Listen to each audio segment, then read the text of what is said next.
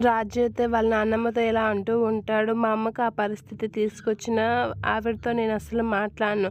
ఆ వ్యక్తిని అసలు ఇంటికి పిలవను. నేను ఎప్పటికీ క్షమించను నానమ్మ అని అయితే చెప్తూ ఉంటాడు. ఆ మాటలకి షాక్ అయిన బామ్మ అయితే అలా చూస్తూ ఉంటుంది.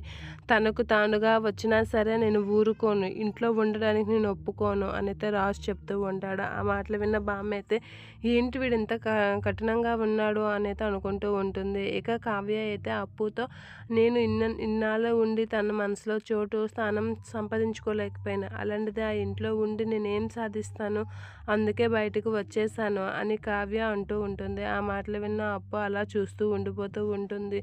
ఏమో నాకు తలరాతలో ఒంటరిగా బతకాలని ఉందేమో, నాకు ఒంటరిగా బతకడమే ప్రశాంతంగా ఉంటుందేమో, అందుకే వచ్చేసాను అని కావ్య అయితే అంటూ ఉంటుంది. ఆ మాటలకి అప్పు ఏం మాట్లాడాలో తెలియక అలాగ కాసి అలా చూస్తూ ఉంది. ఇక కావ్య అయితే నేను ఇంతకాలం అతనితో ఉన్నాను, ఏమాత్రం నన్ను అర్థం చేసుకోలేదు, అదే నాకు బాధగా ఉంది అని అయితే కావ్య బాధపడుతూ ఉంటుంది. ఇక అపర్ణ అయితే మెలకువ రావడంతో రాజు వీళ్ళందరూ చాలా హ్యాపీగా ఫీల్ అయ్యి అపర్ణ దగ్గరికి అయితే వెళ్తూ ఉంటారు.